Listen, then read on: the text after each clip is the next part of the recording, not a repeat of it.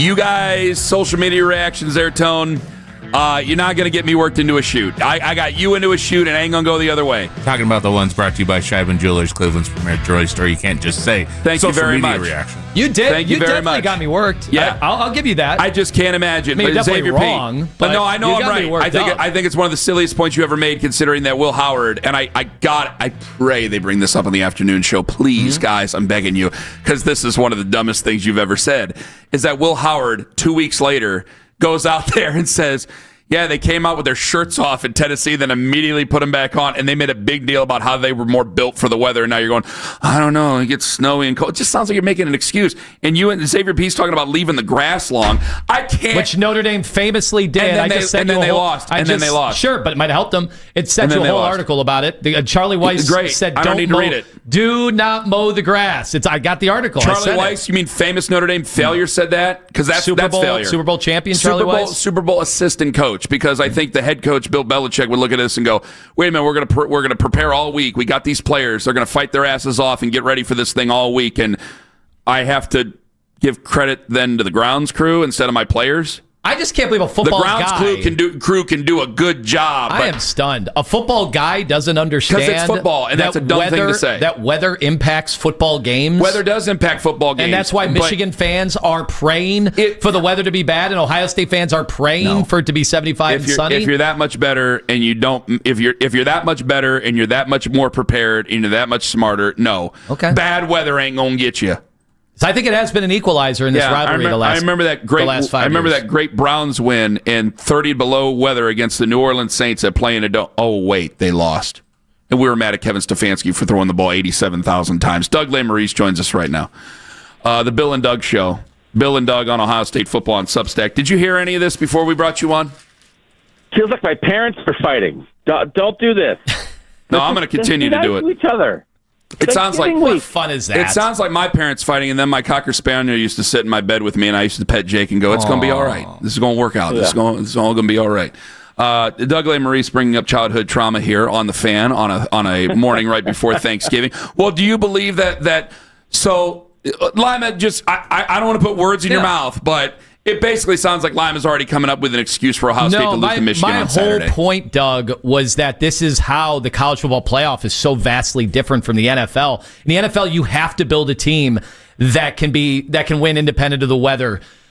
In college football, I don't know that you do. I think the fact that you have a playoff format where if you have a bye, you're just going to have beautiful weather the whole time. So you can have a vertical passing game that is not as reliant as, running the ball between the tackles and all that stuff. And I do think weather has been a bit of an equalizer for Michigan over the last 4 years.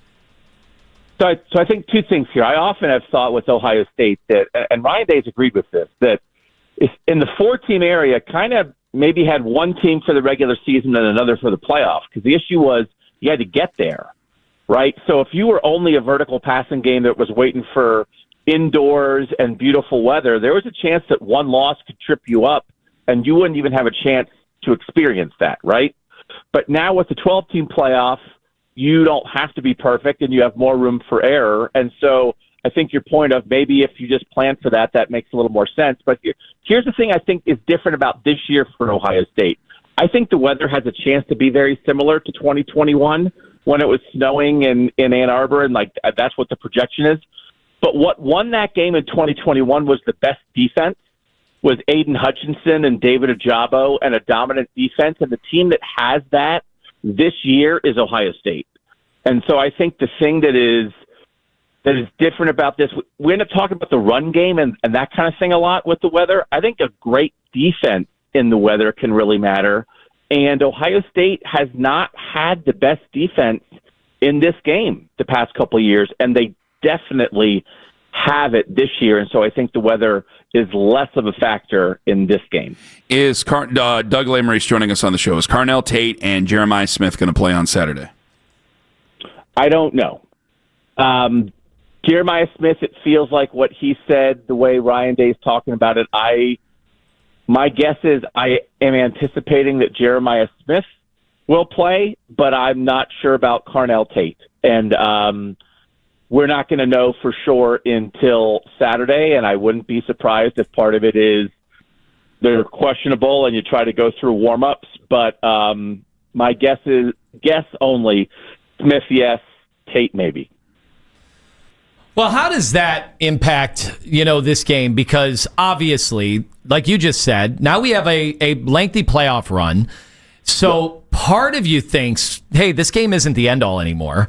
You are already in the playoffs no matter what. Granted, your bye is no longer guaranteed if you lose this game, so it still is a huge game.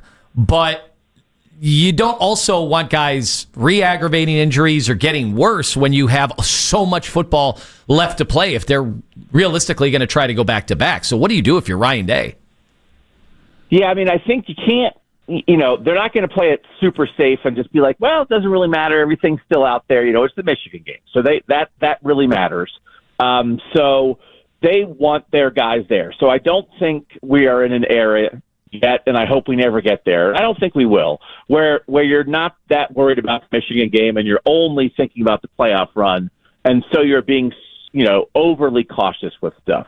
But of course, you are right, and if it's a soft tissue injury, which I think it is for Carnell Tate, the longer you wait, if you guarantee that you have less of a chance of re-aggravating something, and now you're going to have Carnell Tate for the playoff run for a semifinal or something down the line. And if he doesn't play against Michigan or he doesn't, and then doesn't play in the Big Ten championship game, he could end up having 2 months off before a playoff game, right? And that could really help you heal. So, of course it's a factor because it's not the only thing anymore, but I don't think we're in the let's just be super careful and just shut these guys down. And if it means we have a lesser chance of winning the Michigan game, that's okay. I don't think we're there, but of course it's part of the equation. When you have Julian Sayin out there, and if he's out there without Jeremiah Smith and without Carnell Tate, it's not the end-all be-all here, Doug, but we had a quote-unquote Heisman moment with Fernando Mendoza, and I like Fernando Mendoza, fair enough, but I'm going, well, wait a minute. Okay, you're on the road in a stadium full of over 100,000 people. Unlike Penn State, this is not a team that's on the mat with a fired head coach and a zombie coaching staff, and you're out there with no Carnell Tate, no Jeremiah Smith, so now we can't just say you're a product of them. Could this end up being Julian Sayin's Heisman moment, or do we just have to wait till the Big Ten championship game? I mean, it could be. I mean, I have it's not impossible. I have a hard time thinking that the Heisman winner is going to come from the losing team in the Big Ten championship game. It's not impossible, but I still think that's going to be a huge part of the discussion. But also, I just think it's, and Ohio State's not going to be in the Big Ten championship game if they don't beat Michigan. So I think it's really hard for an Ohio State player in this era to lose to Michigan and win the Heisman because, C.J. Stroud was a Heisman favorite in 21 and played well and put up good stats against Michigan, but lost, and that was it. So I don't know. Sayin's numbers and the way the offense has looked the past 2 weeks with no Tate and half a Smith, and last week neither of them, he hasn't dominated. He hasn't been throwing the ball all over the place. So I think that certainly has influenced the Heisman conversation around him, but I still feel like it's probably going to come down to championship weekend. But if they don't play or they're limited and Ohio State wins, but he throws for 111 yards or something, that's going to make it harder. But I still think the Big Ten championship game will be the determining factor. And I would agree, but I'm just trying to use people's words against him because like Fernando Mendoza. People have said, well, Kurt Cignetti, he's just a product of his quarterback. Fernando Mendoza, he's carrying Indiana. Okay, by the way, tell me what coach probably isn't a product of his quarterback who's up there winning it at an obscenely high level and winning championships and things of that nature. But then I look at Julian Sayin, and I've had to admit, if I were going to go best overall football player, I might put him fifth, behind Caleb Downs, Arvell Reese, Jeremiah Smith, and Carnell Tate. Okay, without Smith and Tate, now I have an argument. So say you get those guys back and you just beat Indiana 24-17 and it's just a whatever game, or 24-10 and it's just a whatever game. I'd look back on it and go, all right, we can look at Fernando Mendoza putting his team on his shoulders, and that's why you want to make him a Heisman Trophy winner. But I would look at it and go, well, you didn't have Carnell Tate, you didn't have Jeremiah Smith. Look what he did without those guys. So you can't just say the offense was on autopilot and that was it. Yeah. I mean, we've talked about the guy. I think Jeremiah Smith's like 200-1 right now on the Heisman odds. If Jeremiah Smith is back for Michigan and is back for the Big Ten championship game, and the passing game looks reactivated, and people think, oh, wait, it really is Jeremiah Smith that makes this go more than the quarterback. I think Jeremiah Smith could win the Heisman. So, like, this absence, if there's a return and now they look different all of a sudden, I was telling people, I'm a voter. I'm not putting any money on it. But if you have $3 on your app and you want to put up some money on Jeremiah Smith before the Michigan game, might not be a bad idea. Has Ryan Day seemed any different this year for this week? I know Dan Wetzel has floated out that he thought maybe Ryan Day has almost cared too much about the rivalry, in stark contrast to John Cooper, and that's why they almost press during these games against Michigan. I don't know if any of that's true, but I do know it has been very weird that they've lost 4 times in a row with the superior team almost every single one of those years. So does Ryan Day seem any different this week, Doug? Yes, he does. Talking to some people around him, they think he's much different than last year, not as tight. He certainly publicly is talking about it differently. I think he gained confidence from the national championship and the playoff run and the way they went about their business there. And so I think he's maybe finally at the point with the national championship ring on his finger, even though he's lost 4 in a row. Maybe he's at the point where he's going about this and talking about it and preparing his players his way. And I think he's shed probably entirely any of the Urban Meyer remnants of things that if he thought this was the way you're supposed to go about it. And I think he's kind of treating this as the first game of the playoffs. And last year they won 4 straight games and won the college football playoff. So, like, they know how to win that game. So if you think about Michigan as a playoff game, all right, we know how to win playoff games. It doesn't diminish they're our rival. We don't like them. They don't like us. The fans really care about this. But I think they want to lean into that because they know that worked. So if you go back and listen to his news conferences and things like that the past, every other year before this, he was saying stuff that's like it's life and death. This is what, this is the only thing. He was saying more stuff like that, and he's not saying stuff like that as much this year. He's not saying it's just another game, but he's not leaning into the all or nothing aspect as much. And so I do think in a variety of ways he's different, and I think it gives him a better chance, but like nobody cares how you talk. If you win, your ideas worked. If you lose, you went about it the wrong way. Doug, obviously, we're in a different world these days with as much money as all the players are making. And because there's so much more football left, and maybe this also kind of goes back to the question about whether Carnell Tate is going to play or Jeremiah Smith, who he's not even draft eligible. But these guys are worth so much money already, and they're finally getting to take advantage of that, at least openly. Are you getting any sense that the world of college football could be changing and agents could be maybe nudging their players to maybe make different decisions when they have an injury on the line like this?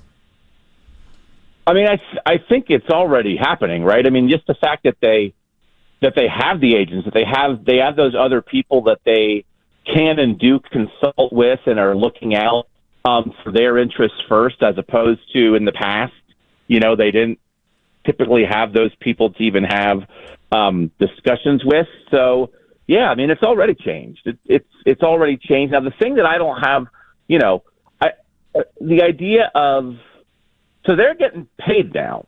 They're getting NIL money. They're getting revenue share money directly from the team. So it's like you're being paid to play.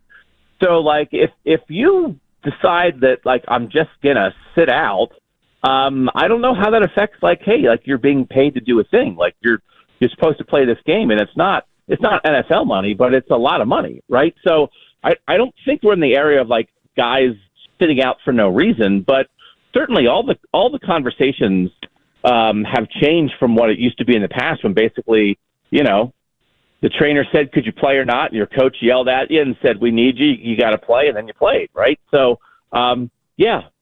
it's changed, and I think it will continue to change. But the more that payment and if we get more to like contract type of stuff eventually with college football players, that will also help solve part of this discussion, because it's like, well, you're paid to play, so if you're healthy, you're going to play, and if you're not healthy, you're not. The great Doug Lesmerises. Find him on Substack. Bill and Doug on Ohio State football, the Bill and Doug Show on YouTube. Doug, thank you so much for the time, my friend. All the very best to you and yours. Happy Thanksgiving, fellas. Thanks for having me. Same to you. Doug Lesmerises on the Fan Hotline.